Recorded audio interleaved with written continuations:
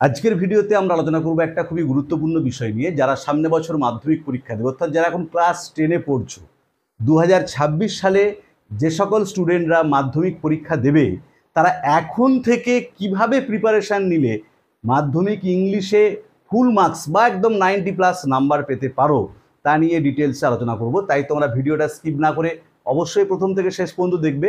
আর যারা চ্যানেলটা প্রথম দেখছো বা চ্যানেলটা এখনও সাবস্ক্রাইব করোনি তারা অবশ্যই চ্যানেল সাবস্ক্রাইব করে পাশে থাকা বেল বাটনটা প্রেস করবে, যাতে পরের ভিডিওগুলো আপলোড করার সাথে সাথে তোমাদের কাছে নোটিফিকেশনটা পৌঁছে যায়।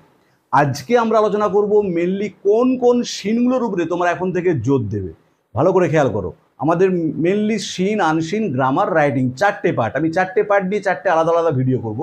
আজকে মেনলি আলোচনা করব কোন কোন সিনগুলো তোমরা এখন থেকে ফাইনাল পরীক্ষার জন্য 2026 সালে ভালো করে স্ট্রেস দিয়ে জোর দিয়ে প্রিপারেশান নেবে। মানে কোন সিনগুলো তোমাদের ফাইনাল পরীক্ষাতে আসবে সেগুলো নিয়ে ডিটেলস আলোচনা করব, এবং সিন থেকে কীরকম প্রশ্ন পড়তে পারে, কোশ্চেন প্যাটার্নটাই বা কী হয় সেসব নিয়ে ডিটেলস আলোচনা করবো। তাই তোমরা ভিডিওটা স্কিপ না করে একদম অবশ্যই শেষ পর্যন্ত দেখো। দেখো, এখানেতে আমি লাস্ট 8 বছরের কোশ্চেন তোমাদের দেখিয়েছি যে তোমাদের যে চারটে প্রোজ আর চারটে পোয়েট্রি আছে সেখানে লাস্ট 8 বছর কীরকম প্রশ্ন পড়েছে ভালো করে খেয়াল করবে। আওয়ার রানঅ্যাওয়ে কাইট আর ফেবেল, এই দুটো পড়েছে দেখো 2017, 2022 সালে। ভালো করে কিন্তু খেয়াল করবে তোমরা কিভাবে আমরা প্র্যাকটিস করব, কোন থিওরি মেনটেন করে আমরা পড়ব, যে এই থিওরিটা মেনটেন করলে তবে কিন্তু পরীক্ষাতে আমাদের সাজেশানটা লাগবে বা কমন পাওয়াটা ইজি হবে বা কমন আমরা পাবো, সেটা ভালো করে খেয়াল করো। The passing away of Bapu R sea fever, এই দুটো পড়েছে 18 সাল এবং 23 সাল। তারপরে দেখো ফাদার সেলফ আর মাই ওন ট্রু ফ্যামিলি, এই দুটো পড়েছে 2019 এবং 2024 সালেতে। খেয়াল করছো দ্য ক্যাট এবং দ্য স্নেল, এ দুটো পড়েছে 2020 সালে। আর এবছর অর্থাৎ 2025 সালে যারা মাধ্যমিক পরীক্ষা দিল তাদের সিন পড়েছিল দেখো দ্য ক্যাট আর সি ফিভার। দ্য ক্যাট পড়েছিল প্রোজ, সি ফিভার পড়েছিল পোয়েট্রি। তাহলে খেয়াল করো এখানে যে এতদিন দেখো প্রত্যেকটা একটা যেন জোড়া জোড়া হয়ে গিয়েছিল। আবার রানঅ্যাওয়ে কাইটের সঙ্গে ফেবেল 17-22 রিপিট হয়েছে। The passing away of Bapu R sea fever 18-23 পরপর রিপিট হয়েছে 5 বছর ছাড়া। ফাদার সেলফ মাই ওন ট্রু ফ্যামিলি 19-24 রিপিট হয়েছে। এক্ষেত্রে কিন্তু 2020 সঙ্গে 2025টা রিপিট হলো না। তাহলে এখানে কিন্তু যে ট্র্যাডিশনটা চলে আসছিল লাস্ট 5-7টা বছর ধরে সেটা কিন্তু ব্রেক হলো। তাহলে আমাদের দ্য ক্যাটটা পড়েছে 2025 সালে। আমরা যারা 2026 সালে মাধ্যমিক পরীক্ষা দেবো তারা ক্যাটটা ভালো করে প্রিপারেশান নেবার দরকার নেই। এবং সি ফিভারটাও পড়ে গেছে 2025 সালে। তাহলে আমরা দ্য ক্যাট এবং দ্য সি ফিভার এ দুটোকে জাস্ট একবার করে চোখ বুলিয়ে রাখবো, একটু করে দেখে রাখবো। বাই চান্স যদি রিপিট হয়ে যায়, হবার পসিবিলিটি খুবই কম, তবুও যদি বাই চান্স হয় একটু করে জাস্ট দেখে রাখবো। তাহলে আমরা জোর দিয়ে পড়বো কোনগুলোতে? দেখো খুব ভালো করে আমরা পড়বো দ্য স্নেল পোয়েট্রিটা। এটা দেখো লাস্ট পড়েছে 2020 সালে। তাহলে পোয়েট্রির মধ্যে দ্য স্নেলটা আমরা খুব ভালো করে করব। দেখো এটা খুব ভালো করে খেয়াল রাখতে হবে, দ্য স্নেল লাস্ট পড়েছে 2020 সালে, 5 বছর কোনো পড়েনি। তাহলে দ্য স্নেলটা খুব ভালো করে পড়বো। আর দেখো কোনটা ভালো করে পড়বো, ফেবেল। এই দুটো কবিতাকে আমরা খুব ভালো করে প্রিপারেশান নেব যারা 2026 সালে মাধ্যমিক পরীক্ষা দেবো। আর তার সাথে সাথে মাই ওন ট্রু ফ্যামিলিটাকে একটু জাস্ট দেখে যাব, কারণ এটা 2024 সালেতেই পড়েছে। তাহলে যারা 2026-এ মাধ্যমিক পরীক্ষা দেবে, যে দুটো পোয়েট্রি তোমাদের খুবই ইম্পর্টেন্ট সে দুটো হচ্ছে দ্য স্নেল এবং ফেবেল। এ দুটো কিন্তু খুবই ইম্পর্টেন্ট পরীক্ষাতে, এই দুটোর মধ্যে পড়ার সম্ভাবনাই কিন্তু সব থেকে বেশি।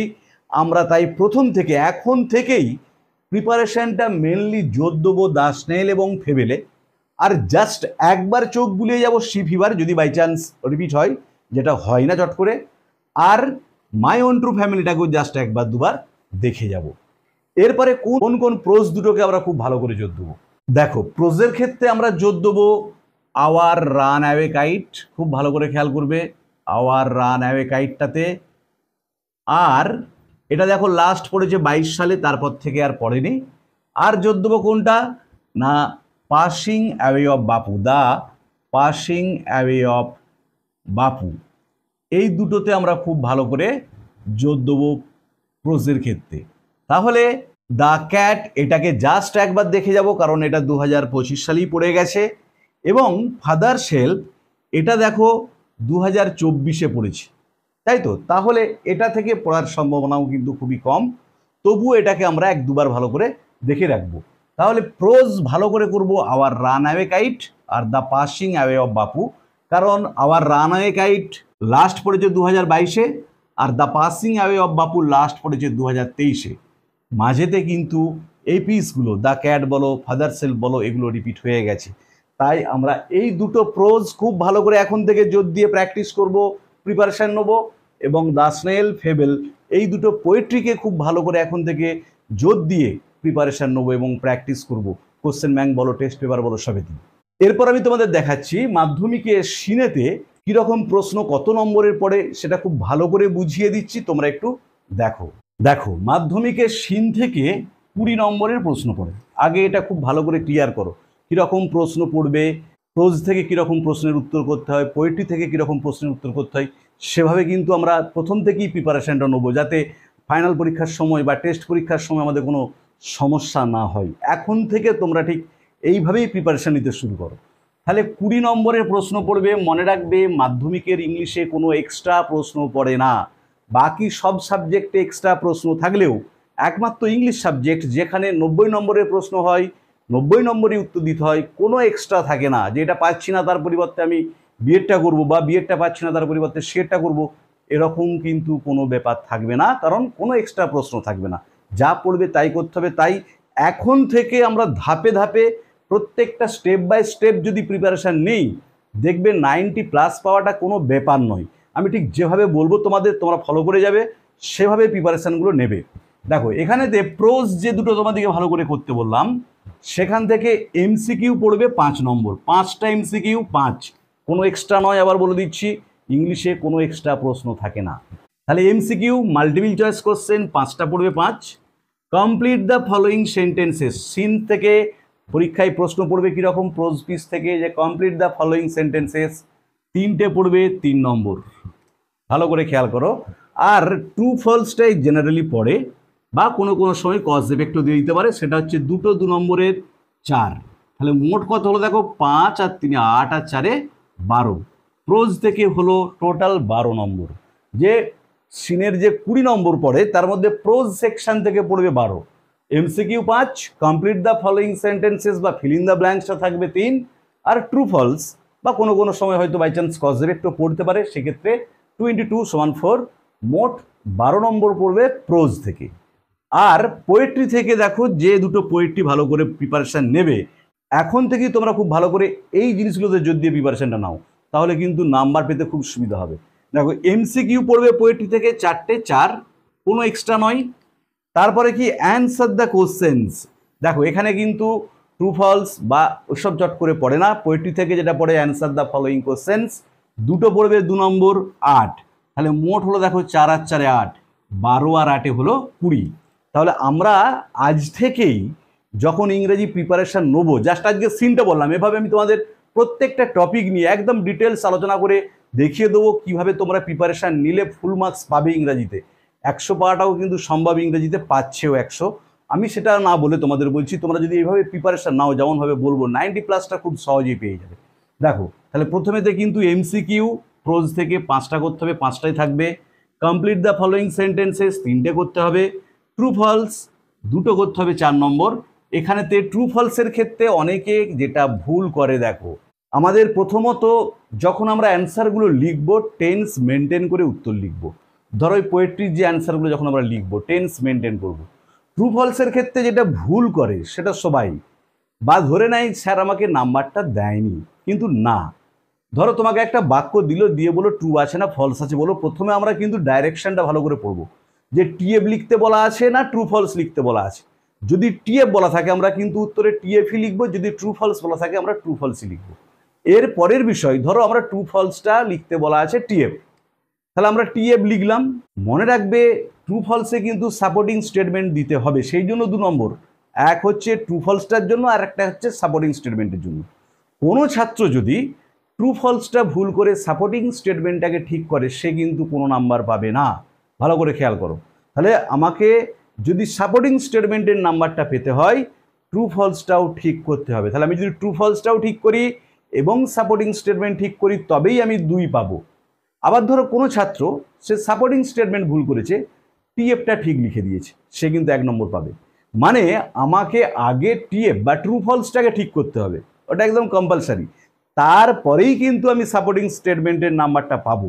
আমি যদি ট্রু ফলসটা ভুল করে দিই তাহলে কিন্তু সাপোর্টিং স্টেটমেন্টের নাম্বার পাচ্ছি না। কিন্তু আমি যদি কোনো একটি ছেলে হয়তো শুধু টিএফটি লিখে চলে এসছে, সাপোর্টিং স্টেটমেন্ট লিখতে পারেনি, সে কিন্তু এক এক করে নাম্বারগুলো পেয়ে যাবে।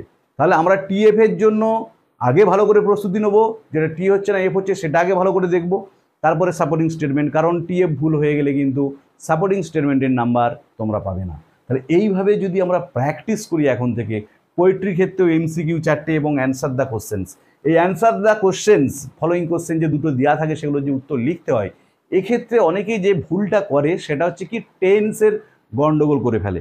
প্রশ্ন যদি প্রেজেন্ট টেন্সে থাকে তো সে তখন পাস্ট টেন্সে উত্তর লেখে, বা প্রশ্ন পাস্ট টেন্সে দেওয়া রয়েছে সে হয়তো দেখবে প্রেজেন্ট টেন্সে উত্তর লেখে এবং ফার্স্ট পার্সনের ইউজ করে দেয় অনেক সময়। এগুলো মোটেও তোমরা করবে না। মনে রাখবে তোমরা কিন্তু মাধ্যমিক পরীক্ষা দিচ্ছ, তোমরা এখন কিন্তু 4, 5, 6-এ পড়ছো না। অতএব এই জিনিসগুলো তোমাদেরকে খুব ভালো করে খেয়াল রাখতে হবে ভালো মার্কস পেতে গেলে। তাহলে আজকের ভিডিওতে আমরা আলোচনা করলাম 2026 সালে যে সকল স্টুডেন্টরা মাধ্যমিক পরীক্ষা দেবে তাদের ইংরাজিতে শিন, প্রোজ এবং পোয়েট্রি থেকে কোনগুলো খুবই ইম্পর্টেন্ট এবং কিভাবে প্রিপারেশন নেবে, কোশ্চেন প্যাটার্নটাই বা কী পড়ে সেসব নিয়ে। ভিডিওটা ভালো লাগলে অবশ্যই লাইক করবে, বন্ধুদের মধ্যে শেয়ার করবে এবং কমেন্ট করে জানাবে। আর আমি অলরেডি আমার চ্যানেলে তোমাদের যে 8টা প্রোজ পিস এবং পোয়েট্রি পিস আছে, মানে 4টে প্রোজ 4টে পোয়েট্রি যে আছে তোমাদের টেক্সট বইতে, প্রত্যেকটা পিসের প্রতি লাইনের বাংলা অনুবাদ বিশ্লেষণ এবং যে এক্সারসাইজগুলো আছে তার উত্তর সহ ডিটেলস আলোচনা করে ভিডিও আপলোড করেছি।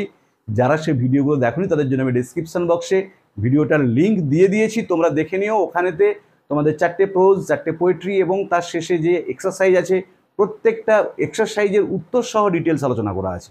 পরের ভিডিওতে আমরা আলোচনা করব মাধ্যমিক যারা দেবে তারা রাইটিং সেকশনের কোন কোন রাইটিংগুলো জোর দিয়ে পড়বে 2026 সালের জন্য। তাই অবশ্যই তোমরা চ্যানেলটা ফলো করতে থাকবে।